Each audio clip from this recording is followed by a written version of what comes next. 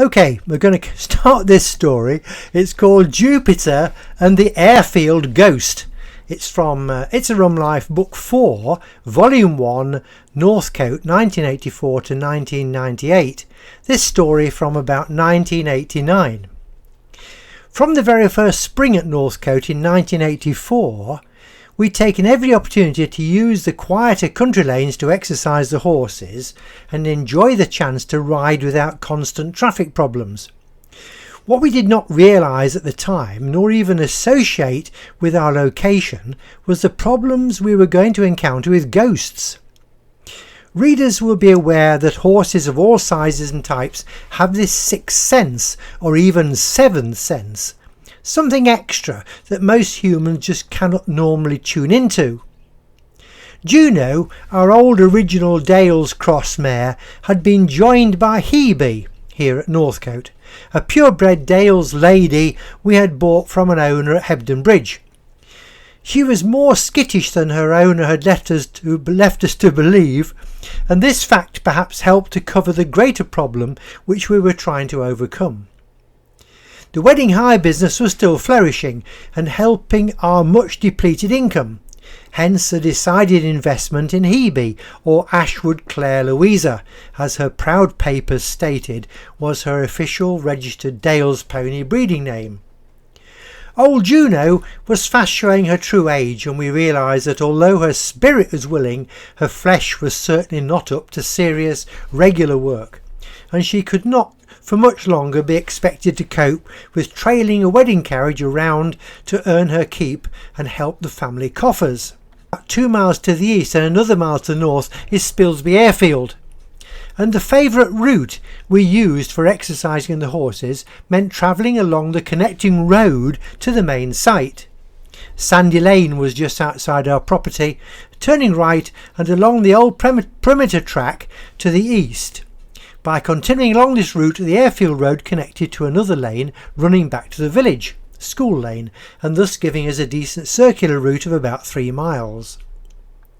It was along this first piece of the perimeter that unaccountable problems just happened as we approached the old administration building. Quite without warning, the horses would set back their ears and try to bolt, on exactly the same spot, no matter whenever we passed, day or evening, winter or summer. Even the Shetland ponies took fright at the same spot. Hebe, our newest resident in our small family, was very confused, but initially, as she took fright at some manhole covers or roadside gullies, we did not associate her problems the same as the others. In fact, her behaviour confused us and delayed the realisation that we had a real problem. Jupiter was also used to pull our ride dray for visitor excursions, and the final straw for me was when riding him out to exercise one day. He reached the said location on the roadside and suddenly leapt into the air with all 4 feet, as if he'd been stung under the saddle by a swarm of bees. I managed to dismount and calm him while inspecting his saddle. On eventually mounting again, he took charge and broke into an instant gallop. I managed to steer him round the next bend, across the stubble field, down across the Lady Wasp Beck, by a narrow farm bridge, across the lane, over a gate and into our stable yard. He could not get away from that place fast enough. He did not stop even then, and I had to lay flat on his neck as he was determined to enter his own stable without stopping. We must have travelled a good 2 miles at a breakneck speed, which made me very anxious about him taking dray ride visitors along the same route. The vet was called in, but could find nothing wrong with the horse except anxiety and some distress. There was no alternative circular route to use, so I continued to the regular dray rides using the shy horses Ebony and Sam, who, being larger animals, had the capacity to cope with more difficult situations. Confrontation. Ebony coped without any real problem, just showing some concern at the difficult location. Sam, who was more highly strung, was difficult but just manageable, and it was on a journey with a group of visitors pulled by Sam that we eventually came to grips with our problem. On this particular day, we had a nice mixed group of some 15 folk on the dray, and as I approached the usual spot on the perimeter road, I warned the visitors that we did have a problem here, and the horses would be disturbed for just a short period of time. One of our passengers suddenly told me to stop, and she concentrated hard on something at the side of the road. Then she spoke. "You do have a problem here," she said seriously, "but it's gone now, and you will have no further trouble," she concluded positively. And indeed, from that very moment, the horse became calm and more relaxed. We travelled that road almost every day with horse and dray, and using ridden horses for many years afterwards, and never once did we have any sign of trouble.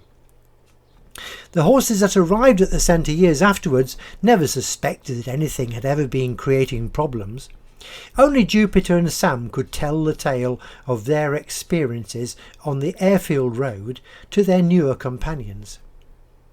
I never saw the lady again, but was forever grateful that she was able to take control of our own Airfield Ghost and make life better for the horses.